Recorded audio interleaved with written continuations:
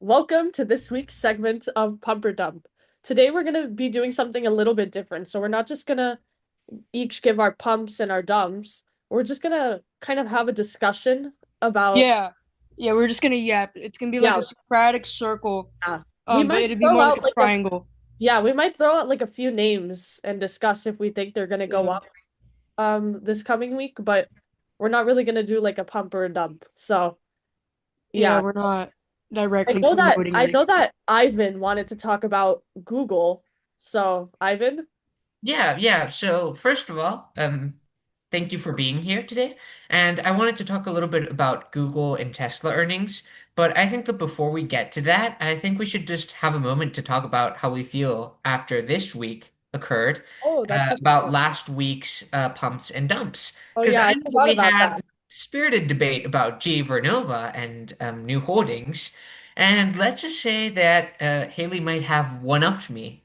I think I Yeah. Maybe. definitely did because, and I knew that's why I picked G Vernova last week because I knew the earnings report was gonna come out on that coming Tuesday. So I definitely crushed you there, but you still won. New Holdings won the poll, but Yeah. I think that's the interesting part because yeah, Vernova, I mean, had this amazing earnings beat. It's up like 15% compared to since when you recommended it. But then New Holdings, which went down 6% the Friday before and yeah, has had kind of a lousy week, not gonna lie, exactly. That's is why I it's mean, nice I to listen still to think that the it's a good long-term buy, definitely. But anyone who followed your advice on G Vernova and bought the day that you recommended it be very is happy. up big and is definitely very happy. Yeah. Very happy, yeah. Yep. However, I think that I definitely am very proud of my pump and my dump because my dump for the past week was Open Door.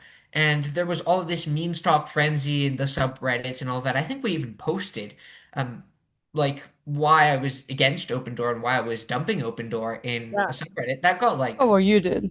almost 200 upvotes. And there was lots of controversy over there. There's lots of controversy in the Reddit. There was lots of controversy over here, like in the conversation. But I think that I definitely like got the upper hand in that aspect because the stock absolutely cratered after Monday. I mean, Yay. I was scared. I was scared on Monday because it was like up 100% or something like that, and I was like, "Oh, they're doing a GameStop." But then in the afternoon, it just like went down 50% compared to opening bell. And that's when I was like, "Oh, this is going to go down and this is going to go down fast." So I Yep. think So, I we've think been that right. what? We've been right so far then. Yeah, I think we've done a Yay. pretty good job so far, like taking into account that there's only been 1 week since we made these pumps and we made these And dumps. then And I'm sure that over the course of time, these picks are going to reveal themselves as even better for and the then long-term investor. Madison's pump and Madison's stump. Now I forget what it was. Oh, it was Yeah. VSCC. Yeah. VSCC. I don't VSCC. think it did too good this week. Yeah, that one didn't do too good. But It's hey, gonna let me be tell you something. The earnings comes out July 30th. oh, Oh, yeah. what day So is it? that's when we're really going to have to like Okay. look at the stock. Yeah. Okay, so actually maybe we can promote that a little bit more today then And if their earnings always go up, so yeah. like they always like beat their last earnings. So Then who was your dump? Nike. Nike, Yeah. I hate Nike. Okay. Nike. Yeah, I remember that. Um, I think it did bad. Who was my dump? You're like, I think it did bad. Oh, I keep trying to type it in, but Who was my dump? I don't remember. I think What? you should know that. Low Yeah, you key. should know it. You should You know should your know dump. that. It was CoreWeave. Oh, Oh right. I yeah, we forgot had about that. yeah, there was a Yap Yeah, and then session that was about like the that. most spirited of all debates, Yeah. Yeah, where that was a yeah, nice You debate. just where kept Haley and I going, were like, dude. I think it went up this week though. I saw it like Darn. upon It's its okay. level. In the long term, it'll go down. In the long term. Yeah, I think In it's the gonna go long down before it term. goes up again. I think inertia may have a number on it. Yeah, so that's great. Okay, Yeah. so okay. So do we want to talk about Google and Tesla or Yeah, yeah. yeah. No, no, Okay. not no. So I think that I should just go ahead with the headlines, and of course, since we all like to pick on Madison, we're going Uh, to talk about Tesla first. thanks. So let me tell you this very big headline that I saw on like a few news outlets, where they basically like right after the earnings report, they're like Tesla reports sales miss as auto revenue drops for second straight quarter. And I see this and I'm like, okay, but what are the more detailed numbers? And I don't think that there was any silver lining for Elon Musk and Tesla over here because there was a 16% decline in automotive revenue. There was a miss on earnings per share because they got 40 cents compared to 43 cents per share. And then revenue was also down because the projections were 22.74 billion and the revenue that Tesla got in this quarter was 22.50 billion. It's not absolutely huge, but this is another underperformance from Tesla. If you remember, this was also the case in the first quarter and in the last few quarters in the year before. So I think that this like kind of reassures, or I should say like strengthens my bear case against Tesla because I've been saying this for like I think it was the first few clips on Instagram that we posted where I was basically like I don't think that Tesla is a very sustainable buy for the next few years because of all of the revenues cratering, all of the political headwinds, and all of the issues that Elon Musk personally has with world leaders and that the company has in general in terms of a marketing and consumer perspective. And Elon Musk himself is starting to admit this because he says uh, that he basically has lost the 2025 sales forecast. He's like reduced the forecast and says that there might be a few tough quarters for the company. He still thinks that the company is going to go to a $20 trillion valuation, which I have no idea how he's going to do it. Because, I mean, Nvidia has a 4 trillion market cap. So that's like nowhere near in the hands for the next 10, 20, I'd even say like 25 years. I don't see Tesla reaching any sort of that valuation. He's confident in the company, but I don't share the same optimism. Yeah, I definitely don't share any optimism regarding Tesla. Honestly, like, let me give you my favorite word, okay? Eventually, eventually, it'll be worth it. But how Well, much for suffering the before sake eventually? for the sake of discussion, I think we should discuss a few reasons that Tesla might make a comeback. Well, So, because like as a person who invested in just one share of Tesla, I think honestly, I mean, it has a lot of potential for the future because I think I went over this in the first episode when Ivan started uh um yapping about it in a bad negative way, which I guess that's fine, but not really. I won that Um one. I won that one. no. Um Yes. because long term, because I'm sure you've seen the full self-driving, the robo taxis which they launched in I think was it Austin or was it San Yeah, San Francisco? Francisco and Austin. San San Francisco and Francisco. yeah, Austin. yeah, yeah, yeah. Yeah. They want to implement that into other cars too. So that's nice.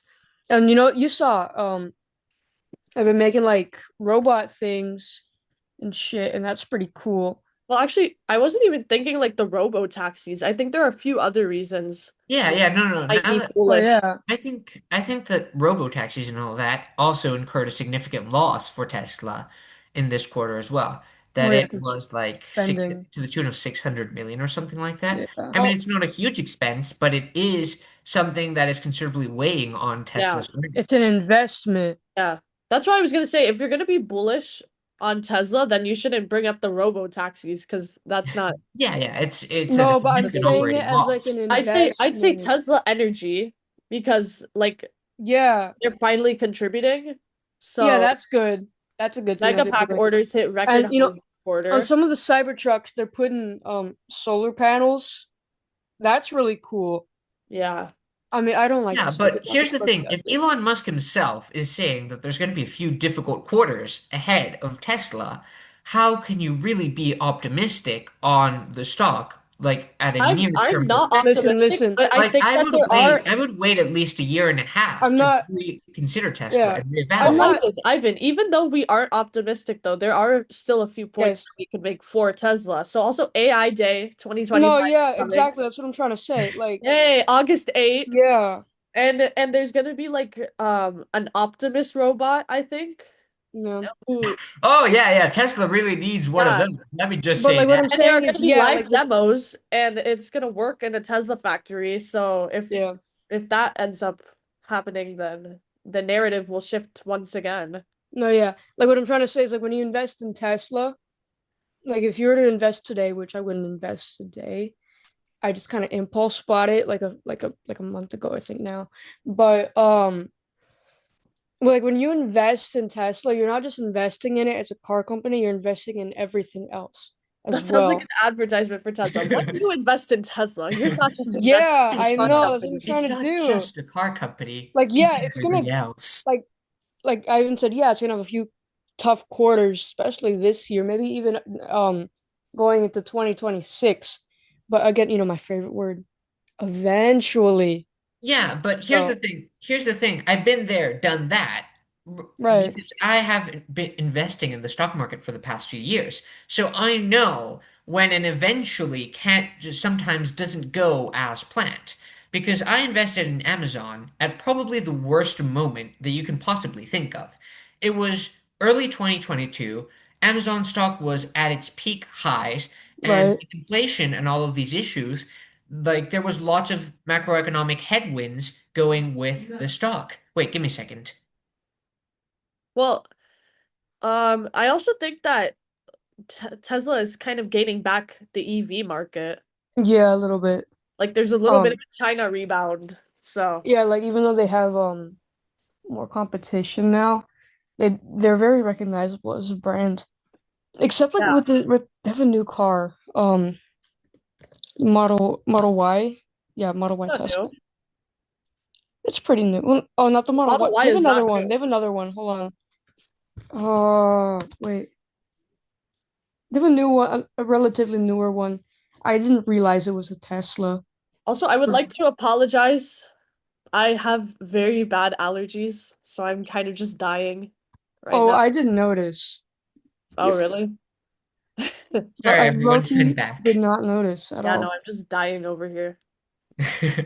Yeah, I mean, truly, truly a tough day. I had to leave for a second. Haley has allergies, but it doesn't matter. Doesn't matter. That's how you know it's unscripted. It's Tough unplanned. week. Yeah. Yeah. Yeah, But Well, if also, you want, I can finish with the point with Amazon, which I was trying yeah. to say well, with like all the yeah. macroeconomic headwinds and all of that. So basically, Jeff Bezos goes ahead in like I think it was quarter two of 2022. It was like mid-year. And then he says, "Okay, we're going to have a few tough quarters, but eventually the stock is going to have lots of headwinds going in its favor. We're going to have so much possibilities with cloud and AI and these new sources of revenue, et cetera, et cetera." But Amazon stock just kept going down and down and down because the market wasn't in necessarily in its favor. They saw that Amazon had some earnings misses in quarter one, in quarter two, and even in quarter three. And then that's what led to lots of this pessimism surrounding on whether Amazon is truly valued at that sky high valuation because it was priced for perfection, or if it needed a reassessment on what the true valuation of the stock should be. So Amazon stock like cratered more than 50%, but then it regained its value. I waited for about like 2.5 years to sell Amazon stock because I just had to like ride it out basically. I had to go all the way down and then go back up again. But if you invested when consumer sentiment, well, I mean investor sentiment, I should say, on Amazon was at its worst, then it would be a completely different perspective. You would have to wait basically 1 year instead of 2.5 years, and instead of barely breaking even, then you would be going at a 200% gain, I think, up to today. So my bear case on Tesla isn't necessarily that the stock is never going to go back up again, that it's doomed, that it's over for Tesla. It's that maybe the best idea is to wait it out for at least the next year, year and a half, because I've seen it with Amazon. Tesla's a much more volatile stock. I think Yeah. it has much more room to go down than to go up at this moment. Don't say that to me. Yeah. Well, Don't say that to me. Okay. so overview, I think. If you want to be bullish with Tesla, you have Tesla Energy. You have AI Right. Day 2025. You have the China rebound. And also, which we didn't point out, there was a recent hiring spree, um, Yeah. which I think that Tesla is doubling down right now on in-house AI infrastructure. So that's going to be kind of disruptive to NVIDIA's dominance long term. And then if you want Yep. to be bearish, price cuts in Europe and the US may hurt margins again. Cybertruck demand is unclear. That it was like Oh so yeah. overhyped the Cybertruck, and like Yeah. there's barely any demand for it. And then I mean, also well, here Elon. I see a lot of Cybertrucks. Actually, I actually know someone with a Cybertruck. No, but okay, but we're in Miami, so it's like But a it's a little niche different. subsect. Yeah. If you go to like northern Florida, you're not gonna see Cybertrucks crawling around everywhere. Like, Oh, I don't know. I haven't been in Crawling Florida in around. the recent yeah. And then also years. you have wonderful Elon's distractions. So you have X politics and then Starlink headlines, Yeah, I which, don't like what he's doing, Loki. He's being. well, we're not Yeah. gonna talk about that because that's not our lingo. Oh I no, I think don't. I know. I I think don't mean like. Haley's like no more political No, I analysis don't. over I don't here. mean We want to politically. I just maintain don't like we that want to he's maintain like. our audience. I just he's like doing really badly Stop as a Madison. social Stop. figure. No This is more. a violation of my First Amendment right. We're putting an X on X. Yes, exactly.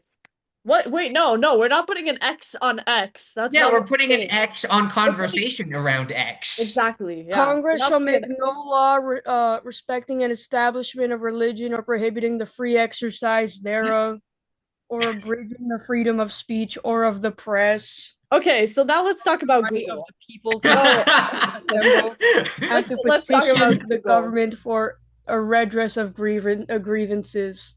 Thank you, Madison, for Thank that you, Madison. Yeah. wonderful. I'm just letting you guys know what you should and shouldn't do to Yeah. me personally. Okay, so some bullish points with Google. AI infrastructure. It's not just AI tools. So everyone's talking about like ChatGPT and Gemini, but the real value lies in Google's TPU chips and cloud AI services. So that's a good talking point, I think. TSMC did those. They manufactured those. Just saying. I love my Lovely. TSMC. I know, All right. Ivan. I know. You have to promote TSMC every single episode. Yes, I Every do have to episode, talk you about like TSMC. just TSMC is wiggle it in great. there. TSMC is amazing. All hail TSMC. Bow This is down. low-key We cultish. bow down to the one company that owns 60% of the world's semiconductor foundries and is generations ahead of everyone else. Stop the cap. Just saying. Thanks for the But advertisement. yeah, if Thanks. you want to talk about Google, then I feel like we should talk about its earnings report as well, because there was some great stuff over here. They beat earnings expectations and they raised their capital expenditures forecast. And when someone says they raised capital expenditures, then you're like, oh, okay, that's not very good. They raised it from 75 to 85, I think, billion, right? Yeah. They're going to 85 billion now in capital expenditures this year, and that sounds like a huge bill, but actually it's great because they're expanding their marketing operations to AI development and basically everything single thing that Haley has mentioned right before, because it's having so much tailwinds, it has so much in its favor that basically they're saying, all right, we're going to expand, we're going to market to new customers, we're going to make it easier for more and more companies to rely on us and basically to have this huge advantage because it's not just Gemini, it's not just ChatGPT, it's also the infrastructure required to have all of these basically, like all of these AI Yeah, developments to make it. exactly. Yep. And if we're talking about revenue, they beat the expectations, which was 94 billion. Now it's 96.43 billion. Earnings per share, they expected $2.18 a share. $2.31 a share was the result. YouTube advertising revenue, expectations 9.56 billion. 9.8 billion was the result. Google Cloud revenue, the expectation was 13.11 billion, and then the results were 13.62 billion. And traffic acquisition costs were expected to be at 14.18 billion, but the results were 14.71 billion. So you're seeing outperformance everywhere in every single subsect of Google's uh, basically every single industry that Google focuses on. And I think that one can be very bullish in the future, and there's lots of positive sentiment around Google. And it's also trading at a very manageable level, I think, for an investor. Well, also there's YouTube TV growth. Oh, It's now yeah. one of the top three live TV providers in the US by subscriber count, which is very interesting to me actually. So that's a revenue stream that like wasn't even meaningful a couple years ago. Yeah. Yeah. Madison, do you have any points to make about Google? No, not really. I bought it like Yay. half a gamble. Just I bought it. Yeah. Yeah, I have it. It's a good I stock. I think like it. Madison's still reading the Second Amendment or the Third. I don't know. No, the one I read you was the Yeah, yeah, first. you read the first, but you I'm must on be the on to like the rest of the Bill of Rights at yeah, this right now. point. Well, and then Right. there are hidden margin. There's hidden. Oh my goodness, I can't speak. There's hidden margin expansion. So they're cost cutting, like layoffs, real estate consolidation, Yeah. and AI-led ad efficient. I can't speak today. Efficiency rise the market this quarter. And then there's also $1.9 billion in insider buying across Oh, three divisions You in the love past insider few buying. days. You just like talk about insider buying every single time you mention Well, this. it's public knowledge for a reason. So if you want to take that into account when you make stock purchases, then there's $1.9 billion in insider buying across three divisions in the past 30 days, which is a strong internal confidence signal. So, yeah. And then bearish, if you want to be bearish with Google, I would say I'm not bearish with Google. I do think Google is going to go up, but Gemini is still playing catch up in public perception versus OpenAI. And I really doubt that any like AI can really meet OpenAI. Um, but also the DOJ antitrust case still looms large with Google, and forced breakups could become a real headline risk, I think, in quarter yeah. four. And that could like really hurt the stock. Yeah. So Exactly. And then advertising remains cyclical, and macro softness in Europe and Asia could hit them harder than expected, I think. You yeah. know, speaking of the forced breakup, because I think that the DOJ antitrust case is actually very interesting. I don't know if this administration is going to pursue this one as hard as the previous administration, which was really interested in, like starting these antitrust cases against these major companies, what they call usually the Magnificent Seven, if anyone's heard of that, like name that we've given to the seven best US companies in terms of market cap and valuation. But I don't know if there's going to be like that same urge to go ahead and try to break up the company per se. I think that if anything, it's probably going to result in a multi-million dollar fine, which isn't great, but that's usually the way that these cases end. But if it does end up in any sort of breakup, if the same institutional investors go ahead and maintain basically shares in each subsect of Google, if it has to like break up in kind of like a GE kind of way, then that might even prove even better for like each subset of the company. I feel because like if we're talking about YouTube, if we're talking about cloud revenue, if we're talking about these AI sectors, they're all outperforming. So they could all be considered growth stocks in and of themselves. But they're all bunched up into this huge conglomerate that is Google. So I feel like Google at times is undervalued because it's evaluated as a sum of its parts, but we're not really thinking about how quickly growth is accelerating in some of these parts. Yeah, exactly. And so I think that kind of concludes our Google and Tesla breakdown. Yep. So I was thinking because we just said a little bit about insider buying, that we Oh should go no. on to American Woodmark. Oh God. You So can if sense you, our excitement. It's only Haley who's recommending this stock. I I'm not recommending this stock. You literally are. I recommend people to research the stock You want to buy it. and make, no, I don't. I'm not gonna buy it. So Wait, that that okay, well that's not really selling the points I'm about to make. But anyways, if you don't know what American Woodmark is, they're one of the largest kitchen cabinet manufacturers in the US. They supply cabinets for remodeling, new home construction, and even big box retailers like Home Depot and Lowe's. And what makes this interesting is that it's deeply tied to the housing and renovation cycle, but it's trading like housing is dead in the water, which is it's not. So I think it's undervalued. The stock is trading at a low forward P/E ratio. It's around 9 times, and it's got strong free cash flow. That kind of valuation might suggest a business in decline, but their last earnings told a completely different story. Their net sales were $474 million, up slightly year over year.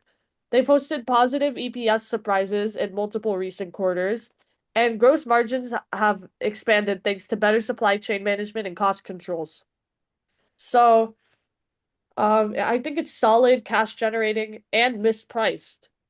And then the reason I brought this one up, um, because of the insider buying is because there has been recent insider buying with in American Woodmark, including a director who bought over $100,000 worth of stock.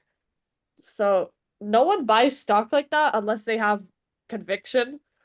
And insiders at smaller companies like this tend to have a better pulse on internal performance. Combine that with low institutional coverage, and you've got a setup where smart money might be rotating in before the crowd notices. And then let's zoom out. Interest rates may be peaking or even declining soon, and that could spur more new home construction, more consumer renovation spending, and higher demand for cabinetry and home fixtures. And this all plays into American Woodmark's wheelhouse.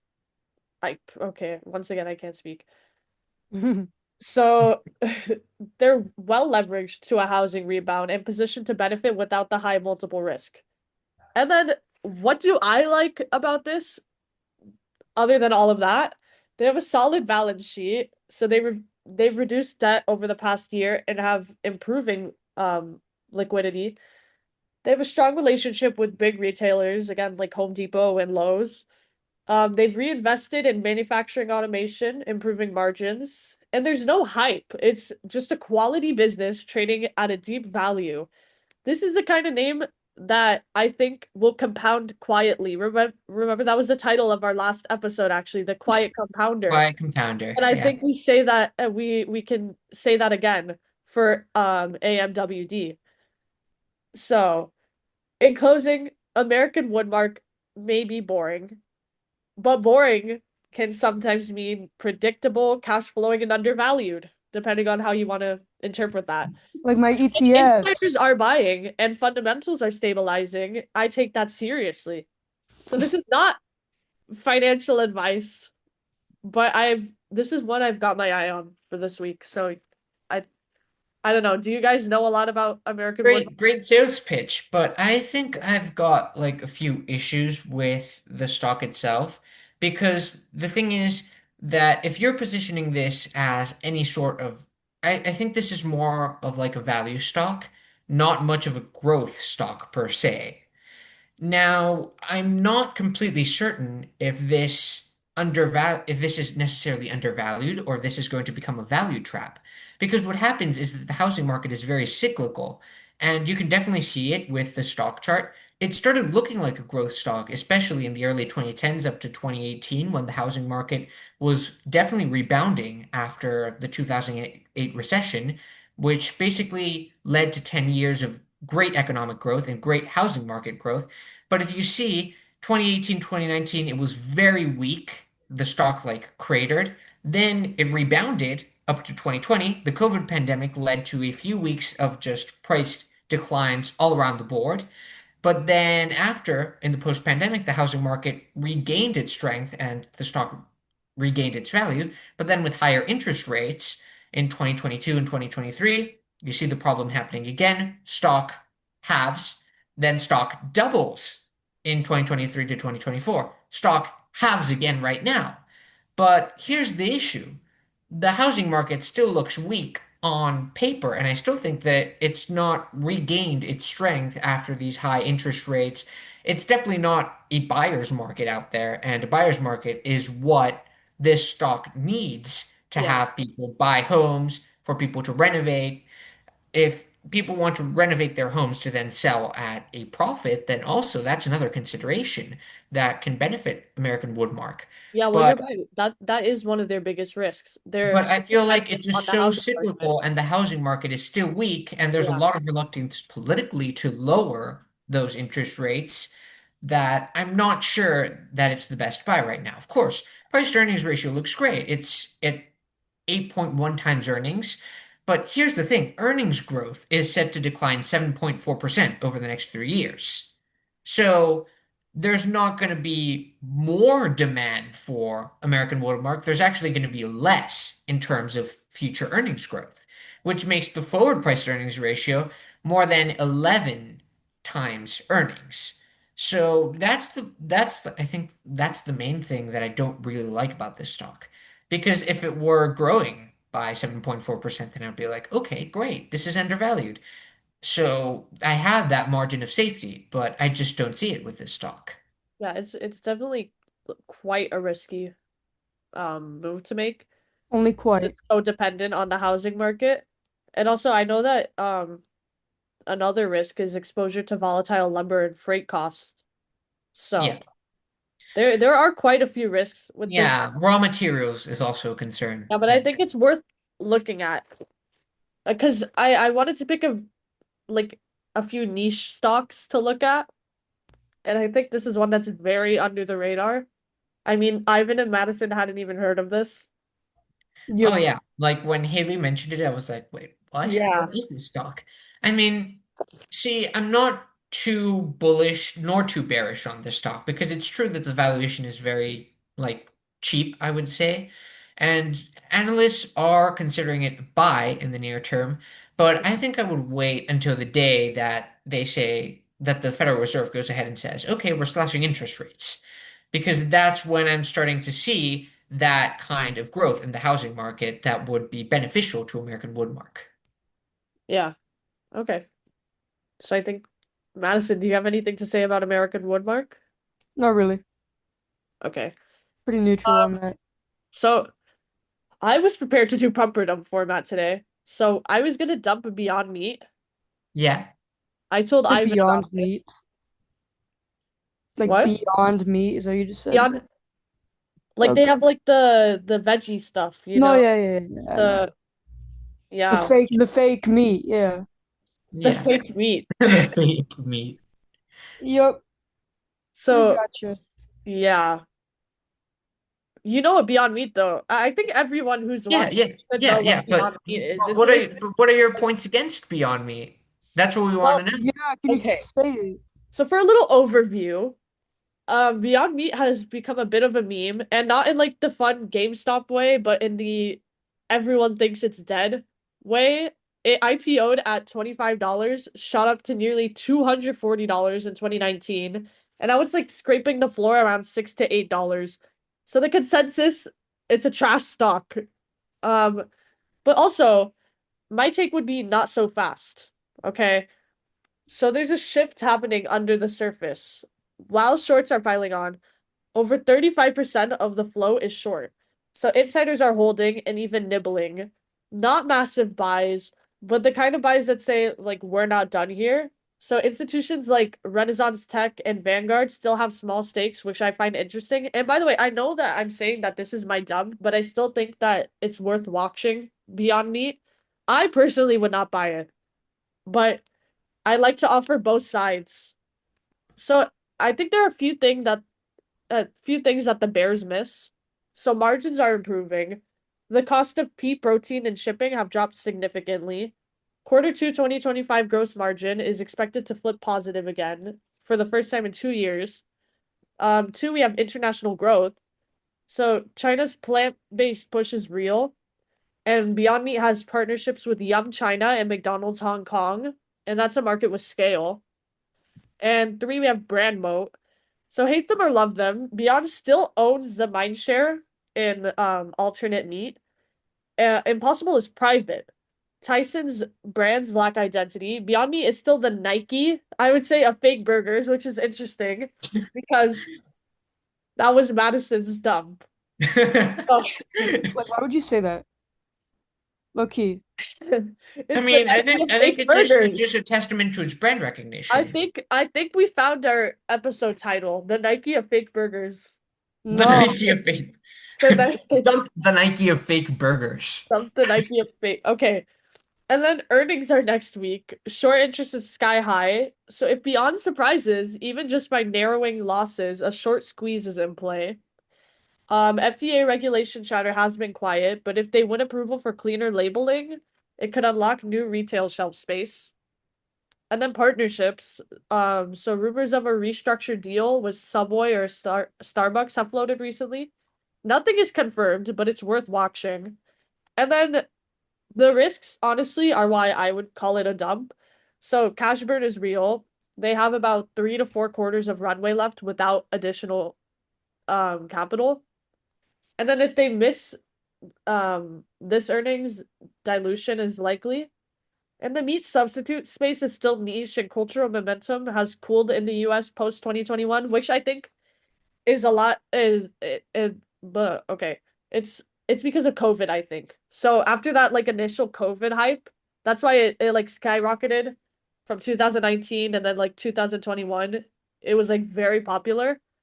And then since we're past that like COVID stage, I honestly think that like it's never gonna see that point again. I don't know why. People just liked fake meat during COVID. It was just Well, popular. also because people were online and they were Guys, learning about like fake meat during COVID. I mean, it's because Yeah, they people, were guys, I mean, it's because people were online and they were learning about like, veganism and Veganism. being vegetarian and shit. veganism became So popular during COVID. briefly, And now Guys, it's falling there's off. this thing That's called what we're saying. veganism. I actually Veganism is know a falling off. vegan. Yeah. So, yeah. And I definitely don't think it's going to go back to $200. It So may it's at be $6 right now, overvalued. You know, right? I treat this like a biotech. It's not a forever hold, but yeah. It just needs to fail less badly than people expect. It's not going to succeed, but hopefully it doesn't fail as badly as people expect. I mean, I don't know, because here's the thing with the entire like vegan related stocks. I know that there's also Oatly, which was with oat milk. And I remember seeing this pattern again and again after the COVID fad, where veganism was really popular here in the United States. I think that that also led to a market reaction of hysteria, I'd say, Yeah. related to the stock, because people were valuing Beyond Meat at a level that is way too high. And I think that there's still definitely a market for vegans. Vegans still exist here in the United States, but it's just that the valuation imposed upon Beyond Meat was way too excessive. That being said, there were also structural flaws in the company that still exist and are exacerbated today, I'd even say. Now, I think that the most important point that Haley said was that the earnings report, even if it basically underperforms less badly, can result into a short squeeze in the near future. I think that's very important because now we've seen the resurgence of meme stocks with Open Door, with Krispy Kreme, with Kohl's, that now these retail investors, especially in the subreddits, as we mentioned previously, In these subreddits, yeah. yeah, are starting to basically pump some of these stocks. And that has resulted in a short squeeze for some of these. It hasn't really happened with Beyond Meat. I think that to a limited extent it happened. It was like a 20 or 30% increase, and now it's going down these past few days. But I think that the potential is still there for some short squeezes to exist, especially with the trading volume so low. I think 3 million shares are being traded right now, which is very low for the market. And the market cap is 280 million. So a few retail traders can pump this stock, but with that being said, that's not a very smart long-term investment strategy nor short-term. Like there's no guarantee that the stock is going to be pumped, and the fundamentals are absolutely terrible. I mean, it is a five alarm fire out there. It's currently unprofitable. It's going to be unprofitable. Shareholders have already been diluted. Haley mentioned that shareholders might be diluted in the future, but they already have been. And there's negative shareholders' equity. So, I mean, all the indicators are on the negative side for Beyond Meat. So I wouldn't invest in the stock. If meme traders are going to start pumping this stock, then beware, because you may have 200% gains one day to the next, but prepare to lose them all in the next week. Yeah. So I think, long story short, um, Beyond Meat is not for the faint of heart. But if you've got a stomach for it, this fake meat might cook up some real returns. But No. Why would you say that? Okay. Okay, Haley. Thank you. You sound Thank like you for ChatGPT, enlightening the bro. audience with your pun. You sound like ChatGPT. Yeah. what? You Yeah, sound like Why Haley. does ChatGPT. everyone tell me You that? sound too much like ChatGPT. You sound like you're using M dashes This and fake Oxford meat What might commas. cook up some real I return. wrote I wrote like a very incredible essay once, like one of the best. And the first question I was asked was this sound was is this ChatGPT? It sounds like ChatGPT. I'm By your just teacher? I'm just better. I'm I'm I just think better. I That's think not a we need to good put you thing. through the Wait, humanizer, Haley. Haley, It was that your always teacher that asked you that? No, it was like a friend. I because I showed them the essay. But Oh, my did your teachers have teacher never say, asked was me that because this they year or know last? me. Was that last Like year? what? Was that It was last? for AP Lang, yeah. AP And the Lang. first Oh, thing the first thing they asked me was this is this ChatGPT? And I was like, no. But every time now I've started to actually run my own work through AI checkers, and I found that like the percentage is always like above 75%. So AI. That's concerning. That's Maybe you concerning. have an AI style of writing. That's not a good thing. it is a good thing. It's No, because it's okay, not. it's because I use M dashes and stuff. Oh, I use M dashes too, and I don't And get. apparently that's a flag for AI. Yeah, Yeah, but I yeah. use Every M time dashes I've as run well. my work through an AI checker, the M dashes are always highlighted. Yeah, it's Always always highlighted. the M dash is one of like the giveaway signs that Yeah. the Well, work yeah, is but like AI I because it's use really M been dashes. popularized in a high school, even collegiate setting, I'd say, over the past few years because of the popularity of ChatGPT. So It's like basically, some words and some like grammatical, like symbols you can't even have have good been punctuation popularized with with it. AI. You can't even have I've good been punctuation. using M dashes since before Chat GPT existed, bro. Like Yeah, I but just use but M that's a dashes. minority. I Are you sure love M about that, dashes so Madison? much. I love M dashes. I love my semicolons. Yeah, and the Yeah. semicolons too. Oh my goodness, it's always flagged. And I use semicolons like sacrilegiously. I yeah, love my semicolons. But you know what I like more than semicolons? What? Semiconductors. No. everything No. has to come back to TSM. TSMC. No. Yes. Y'all are sick in the head, bro. Well, No. apparently I'm like a robot in the head, so Let me put a apparently. poem through my poem through GPT zero. Let me see. Actually, while we're talking about essays, I told you guys this, but I'm still so frustrated about it years later. When I got accepted into like this essay contest thing, like into the higher level, I was like one of a few people, and I had gotten a B on that essay. I had gotten a B, Wow. and I made it to Oh. the next level of the competition. Yeah, that's horrible. You know, I entered that competition too, and I wrote the best essay ever, and then some dude who wrote like two paragraphs got into the competition. And I wrote like Well, eight, and they were very heartfelt and personal. quality over quantity, Madison. It was very high quality, See, there we Mine extremely go. high. was Like, This very is high this quality. is what we also So need to good. consider with stocks, okay?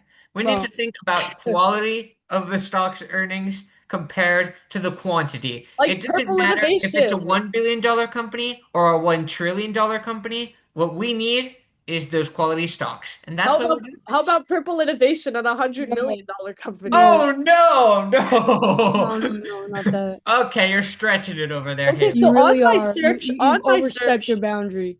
on my search for a niche stock, I came across Purple Innovation. No. And I am in no way promoting purple innovation, Bro, but The it's just mattress firm salesman. I hate Mattress Firm. That's a front, dude. I've Mattress Firm always has to thought go. the same, Madison. I agree. Have you ever been inside of a Mattress Firm? I've been inside one, but I've It's never empty. I've never seen anyone purchase a mattress. Yeah, like how do they make money? They're They doing don't. some like underground stuff, dude. I swear. I tell you. I tell you. Arby's. I never Hmm? see anyone outside of an Arby's. Oh, I've gotten food from an Arby's once. Yeah, exactly. But like, They do have you good ever see a fries. line outside of Arby's? Okay, anyways, so Purple is a US based mattress and bedding company known for its hyper-elastic polymer tech. And actually, they are kind of popular. Like I've seen commercials for them, and I think Madison actually knew who I was Yeah, talking yeah. about. Yeah, yeah, yeah. Where like they drop the egg on it or something. Is that this one? The egg commercial? Think. Oh my goodness, that was so popular. Yeah. It crashed from over $35 in 2021 to under $2 today. I think it's like it's under $1 actually. How much is it? I think I don't know. But I think it's 89 cents. so there are a few reasons why it might actually work though. So there's a new CEO who was appointed late 2024. And the new CEO has deep retail turnaround experience, already cutting costs and streamlining. Activist investor Coliseum Capital recently increased their stake to over 40%. That's insane conviction. Right? Insider buying in May to June 2025, multiple directors buying shares on the open market. A major licensing deal rumored, could re-expand distribution. And the company announced a multi-phase restructuring plan aiming for profitability by fiscal year 2026. So, Lovely. yep. I don't think there's much to say about this. It's just a mattress company, It's but just a mattress company. it's just a mattress company. That's what they all say. It's But you can just a compare mattress it. company. Maybe you can compare it to like But you some know other what you hide comeback under the story. mattress? That's how they make the real money. What? Hmm. I didn't hear what you said. What did you say? Of But you know what they hide under the mattress? That's where they make the real money. course. But maybe you could compare it to like Crocs, Deckers, like Build-A-Bear, like comeback. I mean, see, the thing about it is that it has a nice valuation actually. Like, since it's unprofitable, the best valuation metric that you can use is the price to sales. And basically, the valuation of the company is much less than its sales. It's trading at a zero point 0.2 times the sales. So that shows that it's a very cheap and attractive valuation, I would say. But the thing is that it's not going to be profitable in the next 3 years. It has less than 1 year of cash runway, and it's very volatile. I mean, the case can be made that it's undervalued. A case can be made that it has a nice price to sales ratio, but it needs to figure out its financial problems before really becoming a profitable stock and, going ahead to become a stable player in the mattress industry. Yeah, for sure. And so by now you've probably picked up, like for our viewers and listeners, by now you've probably picked up how this episode's formatted. So we're just gonna Yeah. probably name a couple more names and then Yeah, but I think that we've already done like a decent overview of the major Yeah, stocks. I think we're we've yeah. done, yapped. right? Well, We've there yapped. were a couple more that I was looking at though when I was on the search for niche stocks because I know that like if I were watching a podcast, I would want niche stocks because of course I've heard the same arguments for like TSMC and stuff. Yeah. And not to like throw shade at you, Ivan, but Don't do it. I've I've heard the same Mute things him. about TSMC, about Tesla. Like For the past I've three heard all of episodes these. now, talk about something different for once. Exactly. I've heard about this. I've heard about new holdings. So that's why I think that this episode Yeah. should be dedicated to like some very niche ones. So I Yeah. also looked at Reynolds Consumer Products. I don't know if either of you know what that is. Not in the slightest. Okay. Um, like their sector would be consumer staples. Right.